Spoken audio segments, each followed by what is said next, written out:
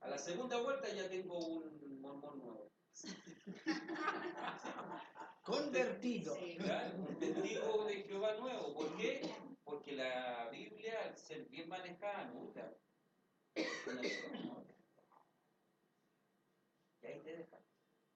Y te tira pastillitas así para que queden bien. Y después 4 libros regalados. ¿Han visto que los católicos regalan algún librito? Una pregunta. En todos estos puntos que usted dio en el apóstol, la esperanza, todo esto, para uno, digamos, empezar a leer la carta, El Apocalipsis. el Apocalipsis del libro, es para hacer la contemplación ese tiempo, realizaron ese tiempo, contemplaron en ese tiempo, y después hacer como una transposición o entregarlo todo a la misericordia del Señor para que se nos vaya derramando según el momento que yo estoy viviendo o darme luz de la situación que yo estoy viviendo, algo así, ¿no? Exacto, mire. Es como... Ya, pero, exacto. Los 3 pasos para entender los textos bíblicos. Si no me sale. No, más de interrogar. Profe, se va a quedar solo si sigue avanzando. Puede que viene se va a quedar solo. Pero el primer paso es contexto histórico literario.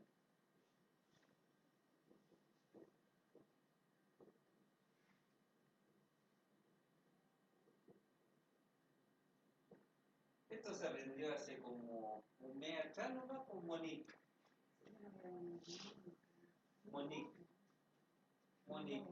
No, yo hace más. Contexto histórico. Segundo paso, el contexto teológico.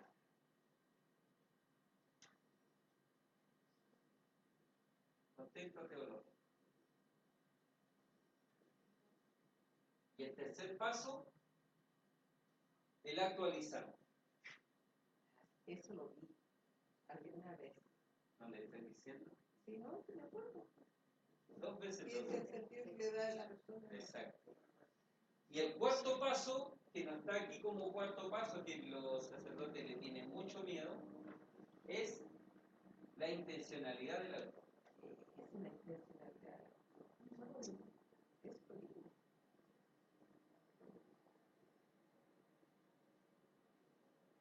¿Sí o no? No me puede decir que no. Sí. Intencionalidad del autor. Y eso es futuro.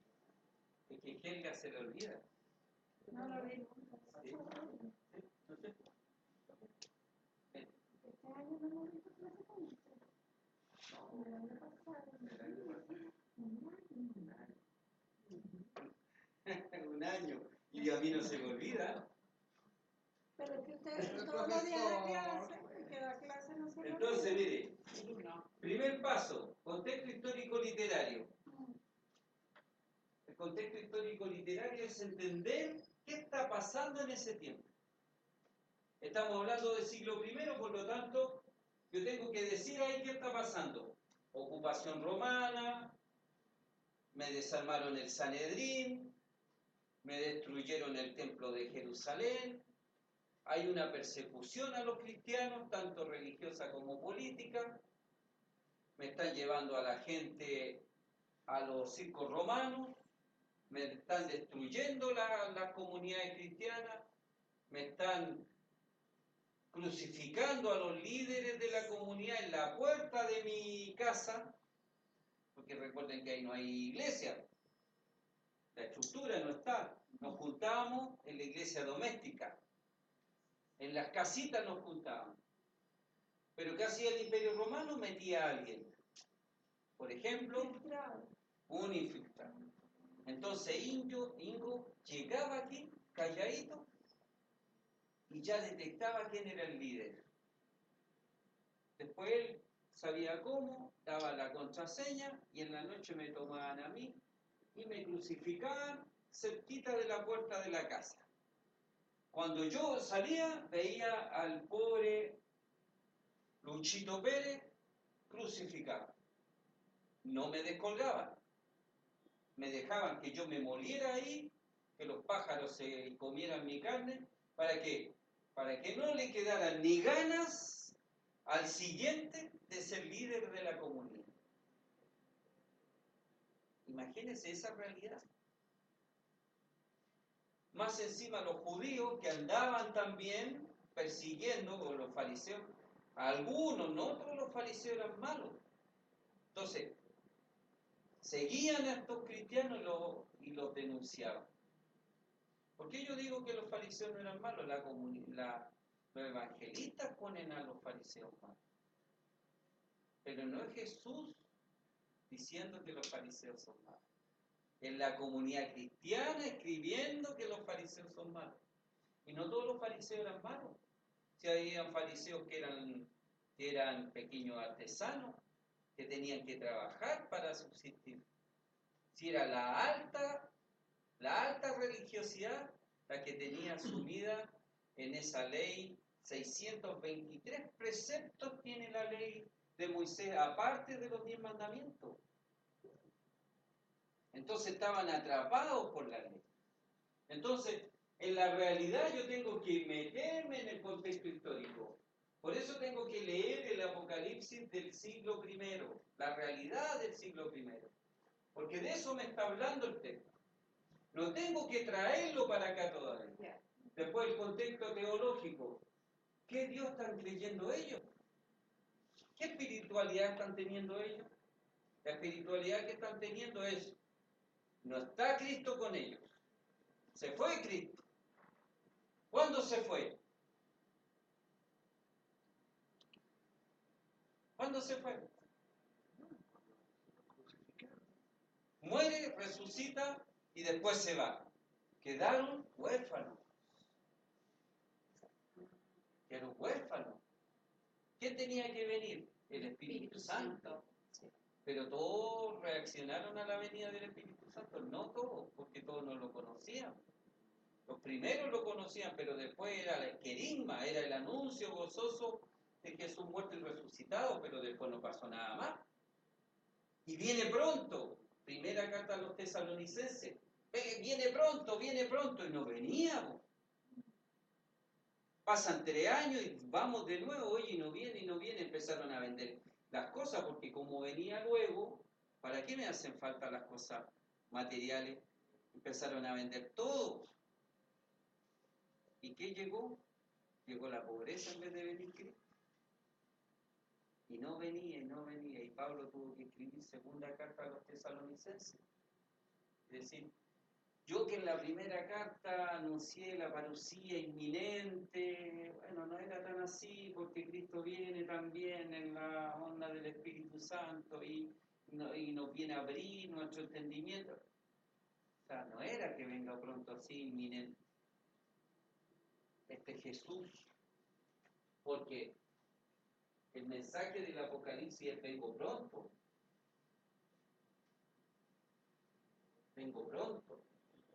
Pero si Dios es el dueño del tiempo, ese vengo pronto puede ser en 1000 años, como puede ser en un segundo. Y miren lo fantástico del Apocalipsis. ¿Y por qué Jesús no vino pronto? Si nosotros creemos en un Dios trinitario y vino el Espíritu Santo en forma de lengua como de fuego y se quedó a sostener la iglesia, ¿no vino ahí también Jesús? No fue la voluntad de Dios. ¿Verdad? Entonces a nosotros se nos pierde lo trinitario. Lo que va a pasar al final de los tiempos es una manifestación de Dios. No la venida, una manifestación.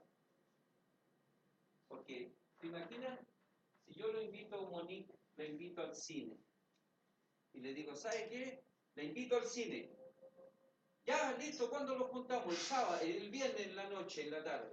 Vamos caminando y le digo, oiga, ¿sabe qué? Vamos a ir a ver una película de vaquero. ¿Y sabe qué?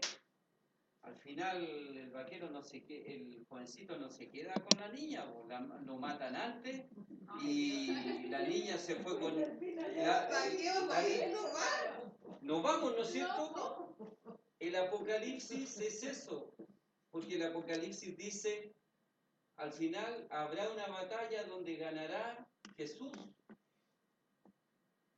Entonces, ¿por qué me preocupo si al final va a ganar Jesús? ¿Qué me preocupo que se acabe el mundo Ya ganó, si ya ganó? ya ganó. ¿Se da cuenta, no? Entonces el Apocalipsis viene a anunciar algo que ya está hecho.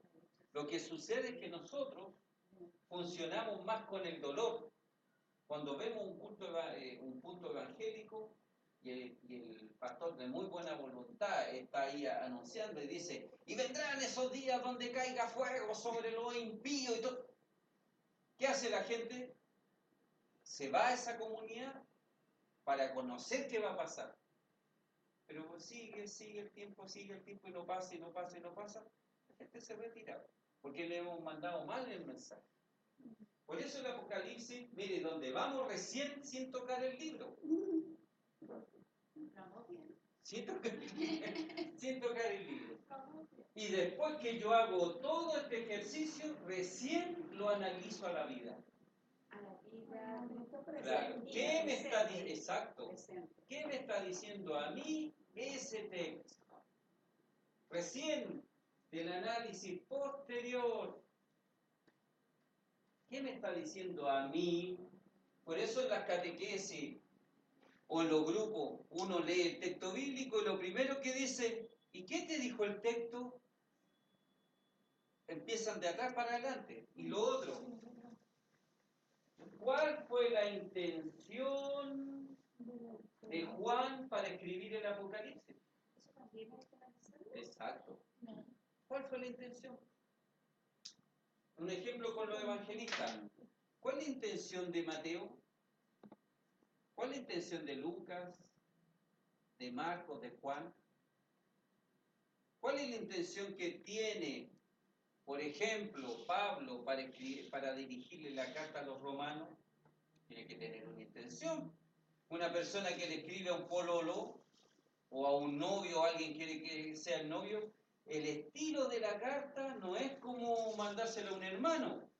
Hay intenciones distintas. Sí, claro. Los textos, por lo tanto, también tienen intenciones distintas. Ya nos vamos a servir el café y volvemos porque ya son las